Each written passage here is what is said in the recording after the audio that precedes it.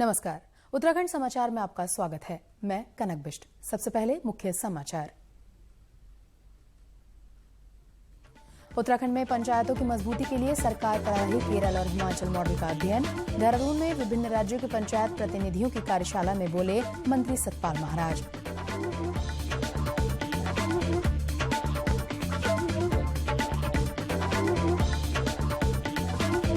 प्रवासियों की समस्याओं के समाधान के लिए देहरादून में बनेगा प्रकोष्ठ। नई दिल्ली में प्रवासी उत्तराखंडियों से मुलाकात में मुख्यमंत्री पुष्कर सिंह धामी ने की घोषणा।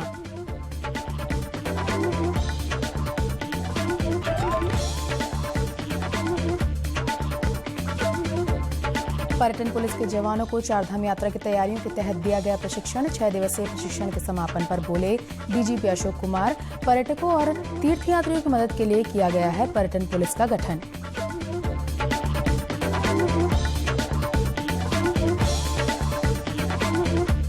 और प्रदेश कांग्रेस के नए अध्ययन करण महारा ने देहरादून में समारोह पूर्वक संभाला पदभार। कहा जल्द ही पूरे प्रदेश का दौरा करके कार्यकर्ताओं में भरेंगे जोश। अब समाचार विस्तार से। पंचायत राज मंत्री सतपाल महाराज ने आज राष्ट्रीय ग्राम स्वराज अभियान पंचायतों के नवनिर्माण का संकल्पोत्सव सतत विकास लक्ष्यों का स्थानीयकरण विषय पर अभिमुखीकरण कार्यशाला का शुभारंभ किया। पंचायत को मजबूत करने के उद्देश्य से आयोजित की गई कार्यशाला में जम्मू कश्मीर सहित देश के कई राज्यों के पंचायत प्रतिनिधियों ने हिस्सा लिया। पंचायती राज मंत्री सतपाल महाराज ने कहा, पंचायतों के मजबूत होने से देश सशक्त और मजबूत होता है। पंचायती राज मंत्री ने कहा कि हम केरल और हिमाचल का पंचायती राज मॉडल स्टडी कर रहे हैं, जिसका प्रयोग उत्तराखंड में पंचायतों को मजबूत करने में करेंगे। आज पंचायतों को मजबूत करने के लिए हमने ये इनकी कार्यशाला ऑर्गेनाइज की है और इसमें सबसे बड़ी विशेषता यह है कि हमारे बीच में जम्मू कश्मीर से भी लगभग 30 प्रतिनिधि आने वाले हैं। मैंने वहां के बड़ा नजदीक से देखा है, तो आज वहां जो पंचायती राज लागू हुआ है एक्ट, ये अपने आप में अभिनंदन योग्य है, स्वागत योग्य है और वहां पर भी धरातल पर काम उतरने लगे हैं। तो आज उनके बीच में उनका हम स्वागत करेंगे, उसके साथ साथ उनके बीच में विचार विमर्श करेंगे और इसके साथ साथ केरला को हमने और हिमाचल को हमने स्टडी प्रांत बनाया है, स्टेट बनाया है। तो निश्चित रूप में हम पंचायती राज को मजबूत करेंगे और इस कार्यक्रम में ऐतिहासिक फैसले होंगे जिससे कि हमारे जितने भी जनप्रतिनिधि हैं मजबूत होंगे। पंचायती राज के साथ ही पर्यटन विभाग की जिम्मेदारी संभाल रहे मंत्री सतपाल महाराज ने कहा कि सुगम और सुरक्षित चारधाम यात्रा के लिए सभी तैयारियां पूरी कर ली गई हैं। यात्रियों को किसी प्रकार की परेशानी न हो, इसका हर प्रकार से ध्यान रखा गया है। यात्रा मार्ग की मॉनिटरिंग की जा रही है। चारधाम यात्रा में रजिस्ट्रेशन की अनिवार्यता रखी गई है ताकि यात्रियों की संख्या से शासन प्रशासन हर वक्त अपडेट रहे। के लिए हमने रजिस्ट्रेशन किया है और जितनी कैरिंग कैपेसिटी होगी उसके मुताबिक ही लोग जाएंगे। हम ये चाहते हैं कि यात्रा सरल और सुगम हो, उसकी तैयारियां हैं और आप देखेंगे कि इस समय नीचे गर्मी पड़ रही है तो यात्री पहाड़ की तरफ रुख कर रहा है और निश्चित रूप में हमने जो हमारे मंदिर हैं, शैव मंदिर, शाक्त मंदिर और हमारे वैष्णव मंदिर हैं, उनको भी हमने डाइवर्सिफाई किया है। हम आग्रह करेंगे कि और स्थानों पर भी यात्री जाएं और हमारे पर्यटन को बढ़ावा दें। मुख्यमंत्री पुष्कर सिंह धामी से आज नई दिल्ली स्थित उत्तराखंड सदन में प्रवासी उत्तराखंडियों ने मुलाकात की। मुख्यमंत्री ने सभी से राज्य के विकास में सहयोगी बनने की अपेक्षा की। उन्होंने कहा कि हमारे प्रदेश के लोगों ने अपनी प्रतिभा के बल पर उत्तराखंड के बाहर अपनी विशिष्ट पहचान बनाने के साथ ही राज्य का नाम रोशन किया है। मुख्यमंत्री ने प्रवासी उत्तराखंडियों की समस्याओं के समाधान के लिए देहरादून में प्रकोष्ठ के गठन की बात कही। मुख्यमंत्री ने कहा कि इस प्रकोष्ठ के माध्यम से प्रवासी उत्तराखंडियों की समस्याओं का समाधान तो होगा ही, राज्य हित से जुड़े उनके सुझावों को अमल में लाने का प्रयास भी किया जाएगा। मुख्यमंत्री ने कहा कि पिछले 2 वर्षों में आए व्यवधान के बाद इस बार चारधाम यात्रा में लाखों लोग शामिल होंगे। चारधाम यात्रा की तैयारियों के तहत गढ़वाल रेंज के विभिन्न जिलों से पर्यटन पुलिस के 89 उप निरीक्षकों और जवानों को देहरादून स्थित पुलिस लाइन में प्रशिक्षण दिया गया। 6 दिवसीय प्रशिक्षण में जवानों को अतिथि देवो भव के भाव से पर्यटकों के साथ विनम्र और शालीन व्यवहार करने, संवाद और दक्षतापूर्वक कर्तव्यों का निर्वहन करने के बारे में प्रेरित किया गया। प्रशिक्षण के समापन अवसर पर प्रदेश के पुलिस महानिदेशक अशोक कुमार ने कहा कि चारधाम यात्रा उत्तराखंड के लिए बेहद महत्वपूर्ण है। बाहरी प्रदेशों से आने वाले श्रद्धालु और पर्यटक यहां से अपने साथ जो अनुभव लेकर जाएंगे, उनमें पर्यटन पुलिस की अहम भूमिका होने जा रही है। पुलिस महानिदेशक ने कहा कि तीर्थयात्रियों को किसी भी तरह के ट्रैफिक जाम या आपदा में ना फंसना पड़े। पर्यटन पुलिस का गठन इस मकसद से किया गया है कि वो पर्यटकों की अधिक से अधिक मदद कर सके।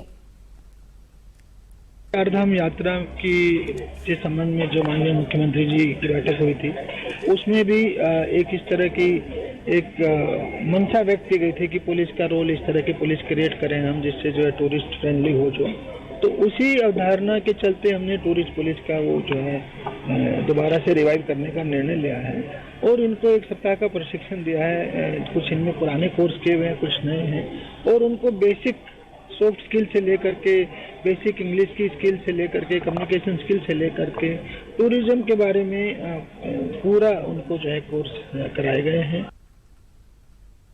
उत्तराखंड कांग्रेस के नवनियुक्त अध्यक्ष करण माहारा ने आज विधिवत पदभार संभाल लिया। प्रदेश कांग्रेस मुख्यालय में पार्टी के वरिष्ठ नेताओं की मौजूदगी में उन्होंने प्रदेश अध्यक्ष के तौर पर जिम्मेदारी संभाली। इस अवसर पर पार्टी के उत्तराखंड प्रभारी देवेंद्र यादव, पूर्व मुख्यमंत्री हरीश रावत, नेता प्रतिपक्ष यशपाल आर्य सहित पार्टी के सभी पदाधिकारी और कार्यकर्ता मौजूद रहे। नए प्रदेश अध्यक्ष ने कहा कि जल्द ही वो पूरे प्रदेश का दौरा करके कार्यकर्ताओं से मिलेंगे। 3 महीने का मैंने आपसे समय मांगा गया है, 3 से 4 महीने, क्योंकि मैं पहले पूरे उत्तराखंड का दौरा करूंगा, कुमाऊं और गढ़वाल क्षेत्र को पूरा घूमूंगा, लोगों से जनभावनाएं मांगूंगा, कार्यकर्ता क्या चाहता है, किन लोगों को चाहता है, कौन काम करना चाहता है। मेरा उद्देश्य रहेगा कि जो भी पदाधिकारी बने वो 5 साल में कम से कम 70 के 70 विधानसभाओं में जाके लोगों से मिले, हमारे कार्यकर्ताओं का मनोबल बढ़ाए और कार्यकर्ताओं को उनसे पहचान हो, जान पहचान हो, तभी वो यहाँ बना रह सकता है। अन्यथा जो काम नहीं करेंगे उनकी आवश्यकता नहीं है। भारत सरकार की कई महत्वपूर्ण योजनाएं आज पहाड़ी जिलों के दुर्गम क्षेत्रों में गरीब बच्चों के लिए वरदान साबित हो रही हैं। प्रधानमंत्री कौशल विकास योजना भी इन्हीं में से एक है, जिसने कई परिवारों के लिए आर्थिक समृद्धि का मार्ग प्रशस्त किया है। रुद्रप्रयाग जिले में अगस्त्य मुनि के गबनी गांव में भारत सरकार के उद्यमिता मंत्रालय की ओर से संचालित इस योजना के अंतर्गत पहाड़ के निर्धन और साधनहीन बच्चों को निःशुल्क सिलाई, बुनाई, कंप्यूटर और एग्रीकल्चर का प्रशिक्षण दिया जा रहा है। योजना के तहत पिछले 5 साल से संचालित केंद्र में मौजूदा समय में 120 युवा अपने कौशल को निखारने के लिए विभिन्न प्रकार के प्रशिक्षण ले रहे हैं। साथ ही पूर्व में इस तरह का प्रशिक्षण लेकर कई युवा स्वरोजगार शुरू कर चुके हैं।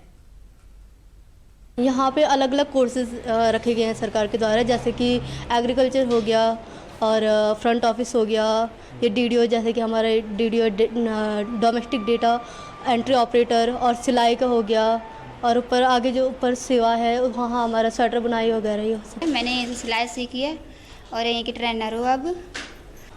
सर मैंने यहाँ 4 महीने सीखा था, उसके बाद हमारा एग्ज़ाम हो गया था।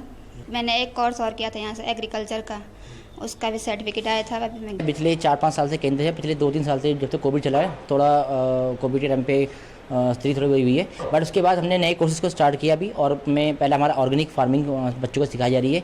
जो दूसरा बच्चा वो हमारा कंप्यूटर का डीडीओ का है, और जैसे मेरे पीछे देखने में लैब भी है ना। और इसके अलावा हमारे पे एक सिलाई कढ़ाई का सेंटर नीचे हमारे पास है।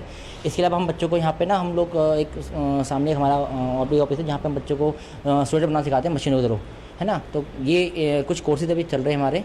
और रिसेंटली जो है हम बच्चों के साथ एक स्कूल्स कॉन्फ्रेंस भी कर रहे हैं, गाँव जाके अवेयरनेस क्रिएट कर रहे हैं ऑर्गेनिक फार्मिंग के ऊपर, है ना। और ऑर्गेनिक फार्मिंग पे लेके हम बच्चों को अवेयर कर रहे हैं। प्रिंसिपल स्कूलों में प्रिंसिपल अवेयर कर रहे हैं, कॉलेज में, डिग्री कॉलेज में जो प्रोफेसर उनकी तरफ अवेयरनेस कैंपिंग चल रही है हमारी। प्रधानमंत्री कौशल विकास योजना केंद्र में प्रशिक्षण प्राप्त कर रहे युवाओं का कहना है कि वो निःशुल्क प्रशिक्षण के जरिए यहां दक्षता प्राप्त कर रहे हैं। भविष्य में उनकी योजना सीखे गए क्षेत्र में ही स्वरोजगार शुरू करने की है। सरकार के प्रयास जो है बहुत अच्छी है। यहाँ मैं यही करीब 10-12 दिन से आई हूँ और अभी हमने समीज, सूट, सलवार वगैरह सीखा है। यहाँ प्रॉपर सिखाया जा रहा है। से यहाँ से सीख के कई लोग यहीं पे, हमारी जो मैडम सिखाती है उसने भी यहीं से सीखा था उन्होंने, और वो हमें सिखा रहे हैं यहाँ पे।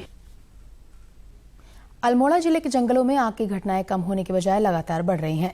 कसार देवी के जंगल में भीषण दावानल से एक रिजॉर्ट का ऊपरी हिस्सा जलकर खाक हो गया है।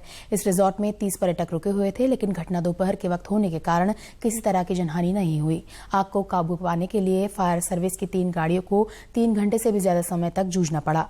वहीं विकासखंड दौलाघट में भी सिविल सोयम वन क्षेत्र में आग से काफी वन संपदा का नुकसान हुआ है। इसी बीच वन विभाग ने शनिवार को अल्मोड़ा के नजदीक कालीमठ बीट के जंगलों में आग लगाते हुए 4 युवकों को पकड़ने का दावा किया है। आज दिन में अल्मोड़ा शहर के नज़दीक कालीमठ बीट है, वहाँ पर हमारा फॉरेस्ट डिपार्टमेंट का कुछ स्टाफ था जो आग बुझा रहा था। किसी ने आग लगाई हुई थी।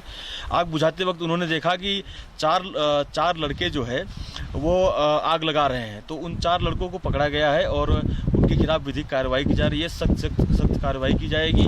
ये अत्यंत खेदजनक है कि जहाँ फॉरेस्ट डिपार्टमेंट और बहुत सारे लोग हम लोग मिलकर आग बुझाने में और जंगलों को बचाने का प्रयास कर रहे हैं, इस बीच में कुछ शरारती और अवांछनीय तत्व हैं जो कि आग लगा रहे हैं।